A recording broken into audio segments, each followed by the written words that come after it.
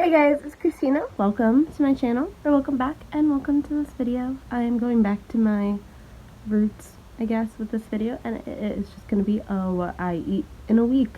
These are my favorite videos to make. I love editing them. I love kind of seeing like the full gambit of the way I eat on a daily basis, and just like kind of where I'm at currently. It's like a little, food diary. I love them.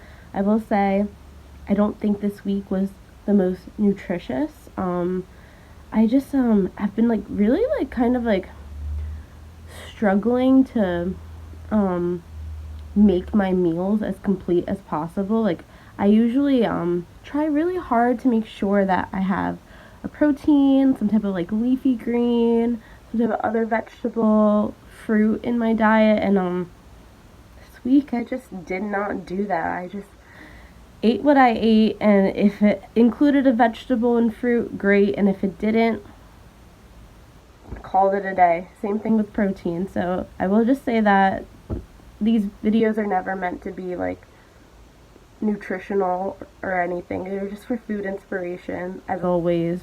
But I felt like I definitely needed to say that for this one.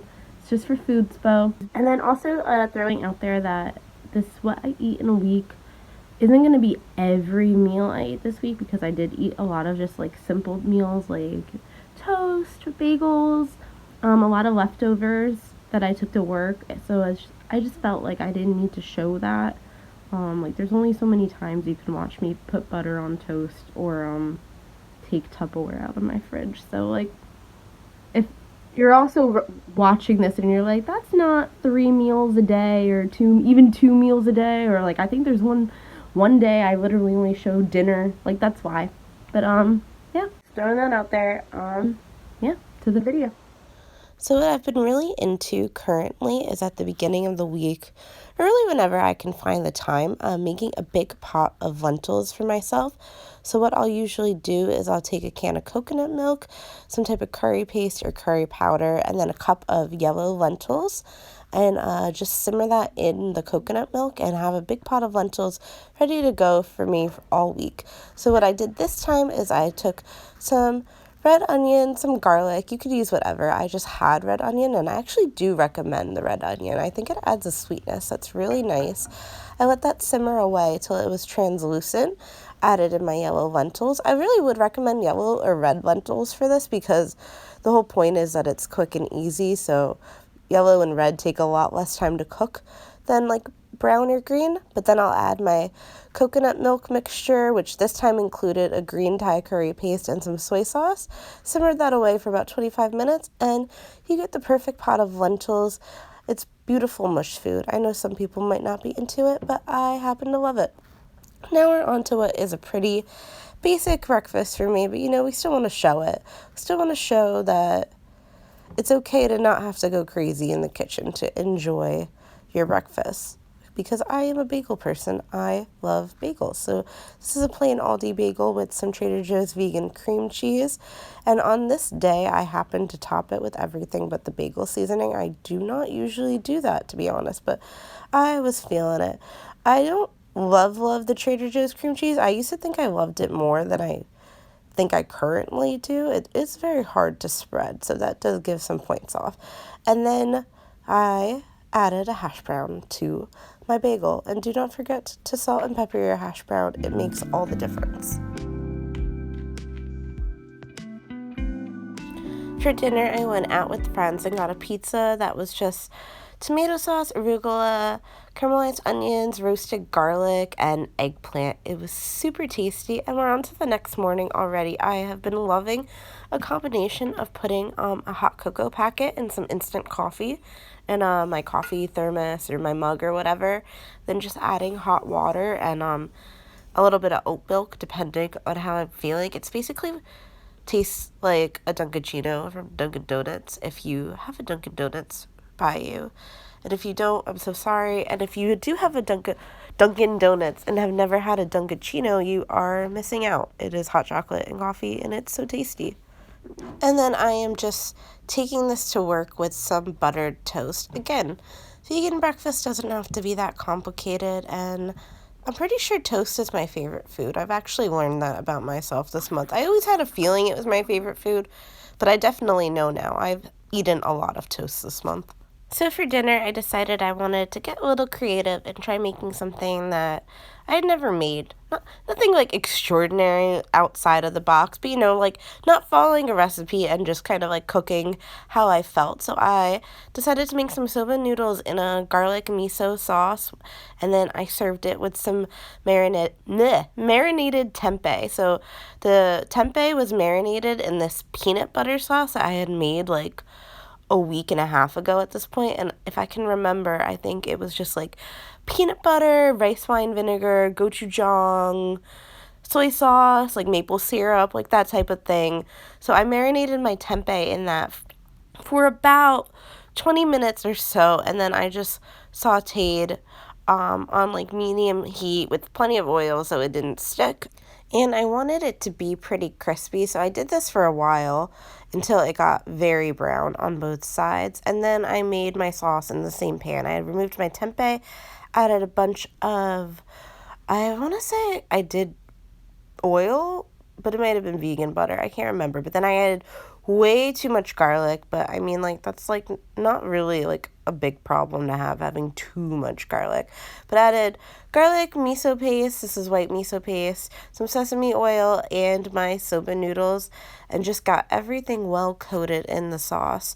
So, like, the reason I'm saying it's too much garlic is not because I didn't like the taste of it. It was just I didn't taste the miso as much as I wanted because it was so garlic heavy. So, yeah, definitely would play around with the proportions of that next time. But I added some carrot ribbons and then just served up. And this was a very, like, fun and aromatic dinner to make. Everything smelled super good and was super filling between the protein in the soba noodles and the tempeh. And then this is a burger that I got while I was out to eat for dinner one night. It was an Impossible burger with like a vegan garlic aioli, like pickle, tomato, that type of thing. It was pretty tasty. A little lackluster, but pretty tasty. I'd always love having an Impossible burger as an option. I like it way much more than Beyond. But anyway, now we are on to a lunch that I was making myself, which was taking some of that leftover tempeh, coating it in barbecue sauce, and then adding it to some sourdough bread with tomatoes and lettuce. I don't know why I decided I was only going to use one slice of sourdough to basically make like half a sandwich. I regret that decision. It was not nearly big enough for the amount of food that I wanted on the sandwich, but it's okay. Whatever fell out, I just ate with a fork. I do see why making like BLT type sandwiches with tempeh is like a common way to use tempeh, because I think tempeh in a sandwich is also my preferred way to eat it. Like, it was good with the soba noodles, but in the sandwich it was like next level tasty. And to serve with my sandwich, I added some steak fries that I had cooked in my air fryer, which is a massive help. In a toaster oven, steak fries take 25 to 30 minutes, but in an air fryer, it takes only 10. So yeah, this lunch came together within 10 minutes. And for breakfast one day, I had a bagel and a hash brown. This wasn't vegan cream cheese, sorry guys. And then I had a smoothie that I forgot to film until after I finished drinking it. But it was, I believe, like mango, orange, pineapple with some almond milk. And then for dinner, one night this week, I had made tofu and broccoli and like did not film it at all. But it's okay because I will, and I have actually already filmed it for my next video. So if you're interested in that, subscribe so you can see that in the next video. But I had a bunch of leftover broccoli. I had a can of chickpeas, and I saw this recipe on Instagram for rosemary, lemon, chickpea, broccoli, quinoa mixture of some sort, and I decided to recreate it. So it starts off making a sauce of coconut cream, which I just happen to have. I never have coconut cream, so that's how it was also like a sign that I had to make this recipe. But you start off with some coconut cream in vegetable stock. I'm going to be using better than bouillon paste, so that's why like right now it just looks like water. But if you had regular veggie stock, it would be veggie stock. And then you add a bunch of lemon zest. Not gonna lie, I hate zesting citrus. Like, it is to me the most tedious thing in the world. Like, I know it adds so much good flavor, but I hate it. But I zested for as long as I could, and then I added half of the juice of a lemon into that coconut cream lemon zest stock mixture. And then at this point is when I added my better than bouillon. I think I used the no chicken one, but you could really use like whatever, or like I said, you could just use veggie stock. But this is what I have, and I really like it. I think it adds such good flavor and really does taste like chicken stock without, chicken bones being in it or whatever the frick they do in that. But then by then my chickpeas and my broccoli were well cooked and crispy, so I just removed them from the pan and put them in some Tupperware and let those hang out for a while I made my sauce. So the sauce is going to start off looking very similar with some garlic, not some, a lot. This is like the garlic lovers what I eat in a week. There's so much garlic in every recipe. But yeah, once the garlic gets a little bit golden, that's when we will add our rosemary. I was going to say sauce mixture, but yeah, this is a rosemary sauce. So it starts off by also simmering some rosemary first. So the recipe called for fresh rosemary, but I only had dry. You do what you can, right? So after that simmered for a way and got fragrant, that is when I added my sauce mixture. And I just whisked away to get any clumps out from the coconut cream. And I was fascinated by this. I never make recipes like this. This is just like not a cooking style I ever do, like making a sauce like this that's gonna go like on vegetables and not a pasta of some sort. It makes me realize like, yeah, I could like really level up my game. There's no reason that you can't add a sauce to anything. It doesn't just need to be pasta. So once my mixture was smooth and to a boil, I added a cornstarch slurry. That's what the recipe called for. And what it does is it thickens up and gets the sauce nice and glossy and able to coat and stick to every little piece of broccoli and every chickpea. And makes the vegetables super tasty. Like I said, I kind of like the way chickpeas and broccoli taste by themselves, but this was super fun and an interesting way to eat chickpeas and broccoli that I had never done before. So the recipe called to serve with quinoa, or really your favorite grain, and my favorite grain, it's farro, and I just happen to have one serving of farro left, so that is what I served it with.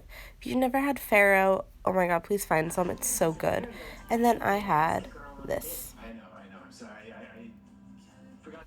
So if you've been watching this video, you know my fruit intake this week was poor. There's not been a single fruit.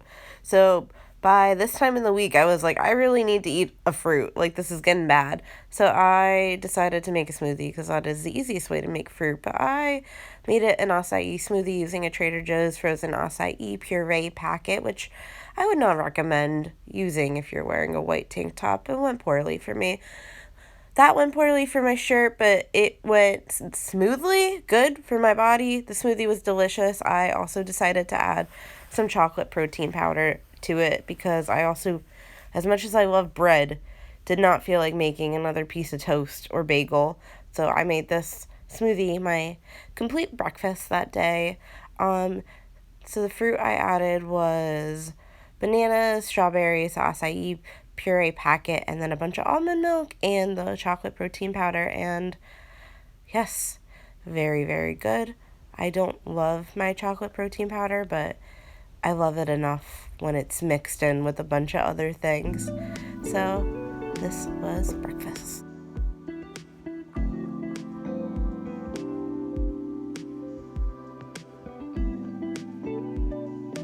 The same morning, I decided to also cook up some penne pasta to just add to that broccoli chickpea recipe. There was just so much sauce left that I could not fathom making like another grain that would really, really soak up all that sauce. And pasta is just the easiest thing to make in the morning. It's not like quinoa or rice where like it could burn if you like let the water boil off too much. So that was my lunch that I took to work that day as well. And then for dinner that night, I kept it super simple. I made a couple of slices of sourdough toast, and then simmered some tomatoes, cherry tomatoes, in olive oil with garlic, added some of that infused oil to my toast, and then added all of those tomatoes onto my toast and topped with balsamic and vegan feta. This was so good, and technical difficulty. But after I recovered from the great tripod trip, I finished topping my toast, and I had every intention of making this toast again. Like, it was so delicious. Fortunately, it did not happen because I just did not get time in the week to make it again, but I see this toast in my future. It was so incredibly delicious and satisfying. And again, a nice aromatic meal, colorful meal to make. I do love cooking for all those textures and smells and everything that you get to see and feel while you cook, and this meal did it all.